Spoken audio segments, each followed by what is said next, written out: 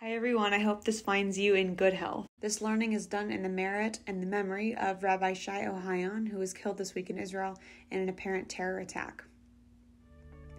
Welcome to Emunah Until the Sunset. In these emails, I try to focus on ideas of Emunah in the Parshiot, the portions we read from the Torah. Emunah, generally translated as faith, can also be described as accustoming oneself to see all the phenomena of life as manifestations of God's presence. I'm sorry for the delay on this email and recording. Louisiana was hit really badly by Hurricane Laura on Wednesday night. Thank God my family and I are okay, and no one was seriously injured by the storm. This week's parsha is Teitzei. Rewards are often given in response to a particular mitzvah, but in this week's parsha, Teitzei, there's a special reward, the reward of a long life. The reward of a long life is given in response to only two mitzvot. First, the mitzvah of kibud av v'em, honoring one's mother and father, which is mentioned back in Shemot, Exodus, and the mitzvah of sending a mother bird away before taking her eggs or her young, mentioned in this week's parsha, Teitzei. A long life in response to honoring your parents, as well as in response to having empathy towards animals. I listened to a really interesting video by Rabbi Foreman of Aleph Beta that connected these two mitzvot. Honoring your mother and father is a given, and we know why that's relevant. Your mother and father brought you into this world, and from the moment you were a vulnerable, squishy baby, they took care of your every need. But what is it with the birds? In the Aleph Beta video, Rabbi Foreman breaks down what's being said. The Torah says, and I'm paraphrasing, if you come across a nest of a mother bird with eggs or her young, you shouldn't take the mother with/on the young. Lo tikach ha'em al habanim. Then goes on to say that you can take the young/eggs only after sending the mother away.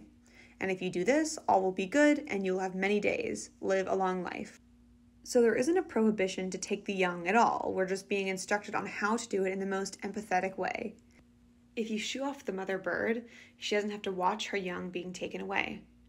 But then back to the first instruction, saying not to take the mother bird with or on the baby birds. Why the usage of this word al that can mean on or on top of? Think about capturing any animal. This excludes the brazen pigeons and squirrels of large cities like New York. The second you wave your hand around, most animals will fly or scurry off. But in what situation will an animal be frightened but not fly off? In the situation of a mother bird protecting her babies. If the mother bird sees someone coming to harm them, she will hover around her young, trying to protect them. In that moment, it's relatively easier to take the mother and her eggs or babies all at once. But doing that is taking advantage of a bird's motherly instinct, using her own motherly nature for your own benefit. You know that threatening her babies is a way to make the mother bird stay, and to use this for your hunting purpose is cruel.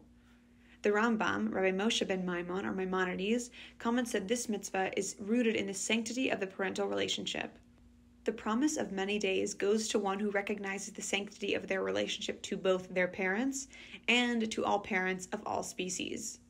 The Rambam also connects this idea to another animal-parental relationship in Parshat Emor of Vayikra, Leviticus, where we are instructed not to kill a cow or sheep and its offspring on the same day.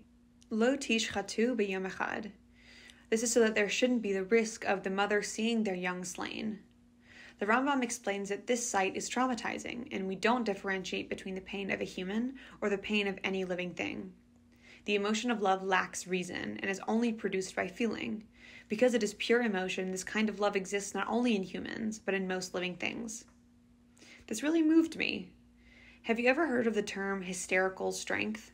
It's defined as a display of extreme strength by humans beyond what is believed to be normal, occurring when people are in life or death situations.